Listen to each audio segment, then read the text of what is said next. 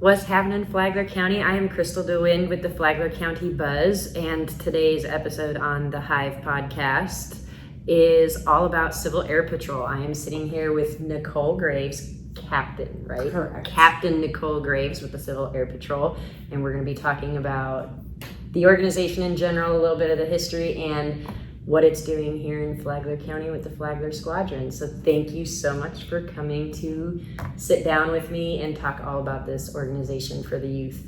Awesome. Thank you so much for having me, Crystal. Yes. So can you kind of give us some background on the history of the Civil Air Patrol and how it got started? Sure.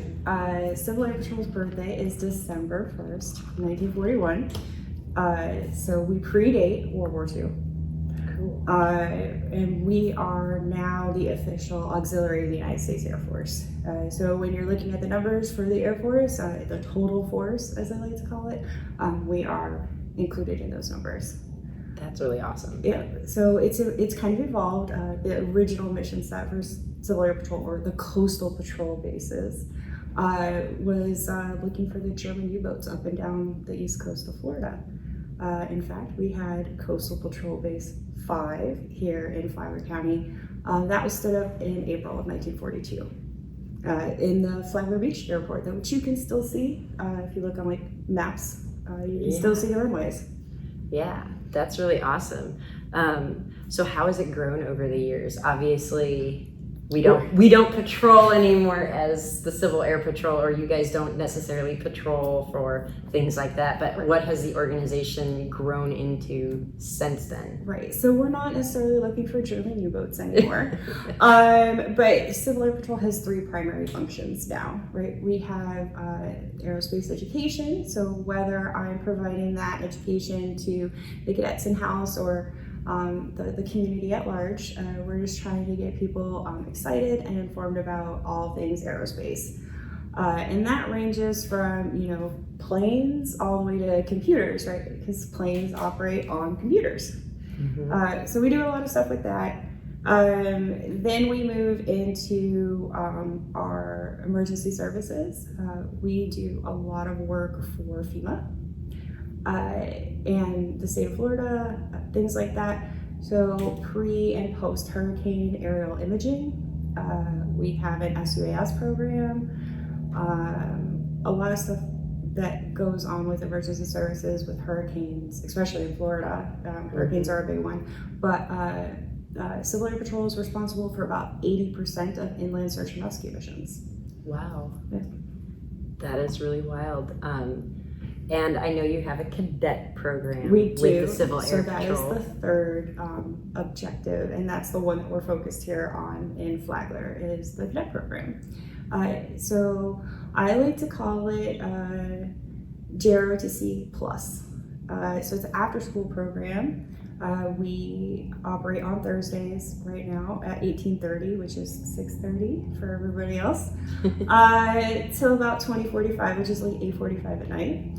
And that program focuses on building the leaders of our future. It's all run by volunteers that are all, they all have their FBI background screening and stuff like that done. And the cadets work toward promoting, but the highlights for the cadet program, which I think kind of sets it apart, is not just the encampment, which is a week-long excursion. If you're going to go in Florida, it's at Camp Landing, but you can go to any state you want. So you can go to Hawaii, or you can go to Alaska. They all have encampments, including Germany overseas. So you can go to encampment in Germany if you wanted to. So that's a big highlight for some of our cadets. But the National Cadet Special Activities, which are absolutely amazing. They range from honor guard academies to aircraft maintenance academy that's at Textron in Wichita. So right there at the hub of where they build aircraft. So if everybody doesn't know, that's where all the Cessnas come from. Or cybersecurity, where they're actually at Langley. Right, in the super secret have to surrender your phones buildings, to flight academies where they eat, sleep, and fly. And so that's really kind of what pushes us apart. Our aerospace and officers and our certified flight instructors, they actually provide orientation flights to all of our cadets. So cadets get 5 orientation flights where they kind of get to learn what a yoke is and all the different angles of flight. But we also provide them to JROTC cadets as well. Flagler Schools has an MOU with Civil Air Patrol. So we're flying lots. Flying lots of kids. That's really awesome. Can you kind of give us the history of the Flagler Squadron? I know it's newer. You haven't had one here In a long in a time. very long time, and you guys just started one back up. I want to say it's been just shy of a year. Right. So So the Flagler Cadet Squadron was what they call, we're almost a one-off of St. Augustine. St. Augustine supported us in our early days. So we were considered a flight, but we still fell under the St. Augustine Squadron. So that was still my boss, was the commander over there. And we started with 8 of us because that is the absolute bare minimum to separate.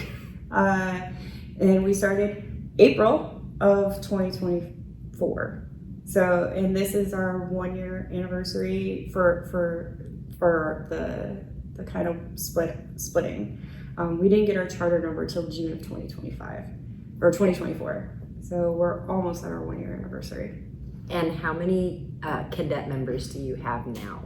Okay, so when we started, I started with 7 cadets that were members in St. Augustine that came here, and now we're at 36, plus 11 adult members.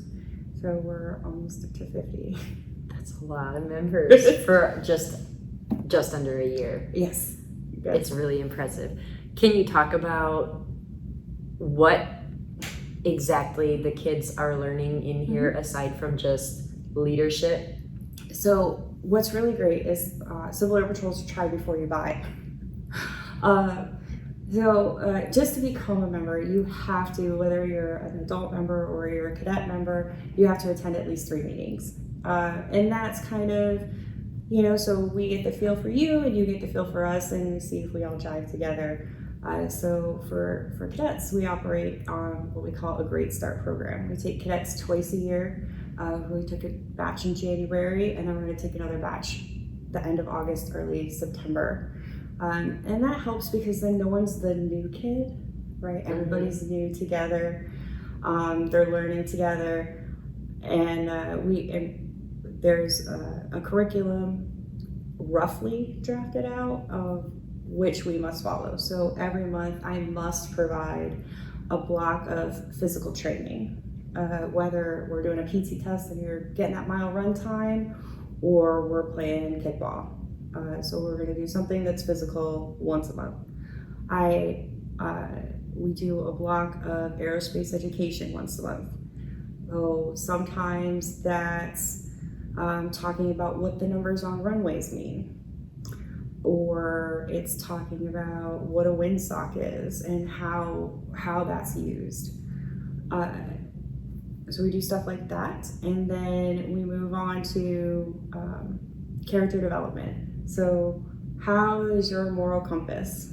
How do your ethics play into your decision-making skills? Are you a mean-faced person because you didn't put the shopping cart in the shopping cart rack? Which is my favorite discussion.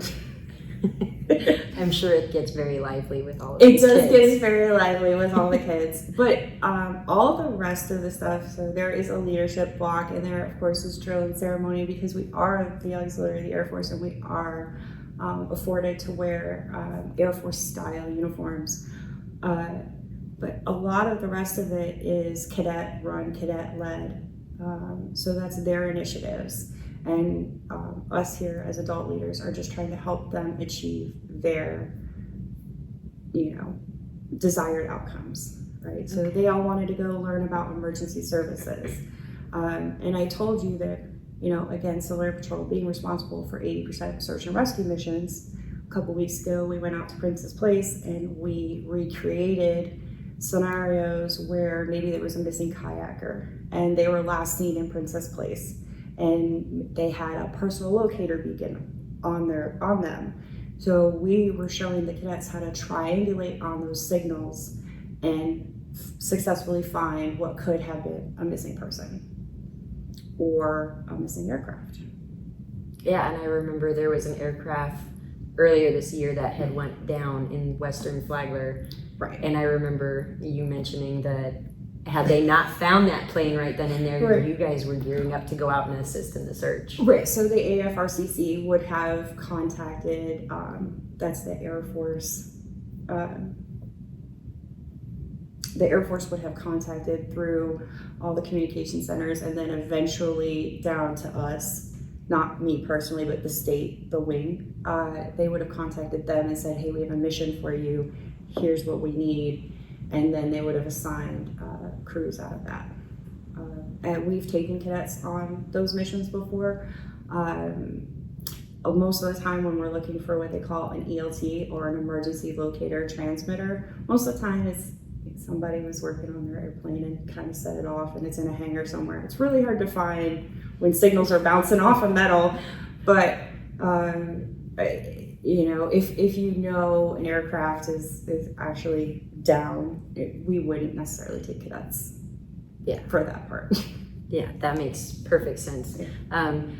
I also know that you guys do a lot in the community, and I know specifically because my son was one of them, that they got to assist in the warbirds over Flagler with on the runways. They did. So we were asked like very, very last minute to see if we had any cadets available to help the Embry-Riddle ROTC kids at warbirds over Flagler.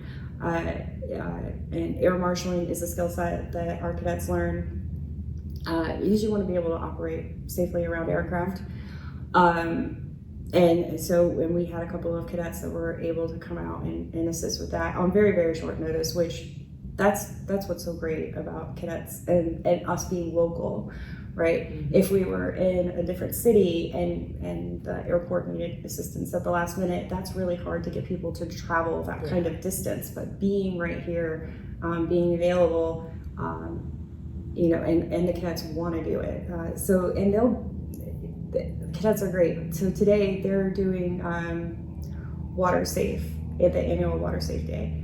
And not because water's necessarily, when you think water, you don't think aerospace, but planes fly over water and people need to know how to swim. Mm-hmm. So learning how to swim is super important, and our cadets are kind of there playing almost mini safety officers, making sure everybody's hydrated, everybody's got that sunblock on. You know, even though they're not lifeguards, they're still looking in the water, making sure that, you know, nothing's out of place. Because you can never have too many eyes on kids in the water. Mm-hmm. And I think they may be the otter this year. They were definitely the otter last year. But they love doing events like that. Christmas in Benal was huge. They had a lot of fun. What's the Grinch's dog's name? Oh my gosh, I don't remember. Yeah, so one of our cadets was him. That's pretty good. Yeah. So. Now I'm going to be thinking about the Grinch's dog. I know, now you're like, what's his name? What other events in the community does Civil Air Patrol help out with? Do you have any new ones that you're looking at at getting involved with this coming year? We're hoping to take a bigger part in Christmas in Benel. So that was super fun, and we really had a good time there. We're hoping to take a bigger part in Warbirds over Flagler next year. And like a Water Safe was our first ever event, so we're always going to be there as long as they'll have us. But I don't have any in the pipeline, so if you have an event and you need cadets, you can email me. Okay, and I'll make sure to put your email up there for everyone to see so they can reach out to you. And I want to briefly touch on how can the community help ensure that the Flagler Squadron keeps going strong like it is? I mean, so we did participate in Veterans Day last year at the parade through Benalla and for Flagler County, and we wanted to We really wanted to do that so people can know who we were. But we had to borrow color guard equipment because we don't have any, because we're new, right? So the Air Force doesn't fund our squadron in any way, which is, it's like a mixed bag, right? So cadets often have to purchase their own uniforms. We have a great partnership with FPC JROTC where they've been assisting some of our cadets as needed. But those uniforms can get expensive. Dues and tuitions can get expensive. So, we're always looking for donations. Specifically, like if you have color guard equipment, we give you some flagpoles. So if you don't want to donate money, if you want to donate things, we're always about taking stuff and things. If you're prior U.S. Air Force and you have those ABUs, those Airman Battle Uniforms, those tiger stripes, I know you all loved. We will take those off your hands, and they'll go to a good cause. That's really awesome. And I'm really excited for everything that you're doing in the community. I have 3 of my children that are in the Civil Air Patrol here, and they absolutely love it. And they are doing outstanding now. Yes, they are. They love being involved in the community. They love doing everything like that. Mm-hmm. And it's a really big challenge for all of them, and they're learning to grow in different areas. And it's huge, and I'm really happy to see another after-school youth program that puts a focus on the youth here in Flagler County, because they do need a lot of different outlets and activities. Right, and sports isn't necessarily for everyone. Exactly. Some kids need a little extra because their goals are different. And I'm really happy that we found you and that you're here in Flagler County. And I cannot wait to see what you do going forward from here with the Civil Air Patrol and the Flagler Squadron. Thank you so very much for sitting down with me and talking about all of this. It was truly a pleasure, and thank all of you for watching.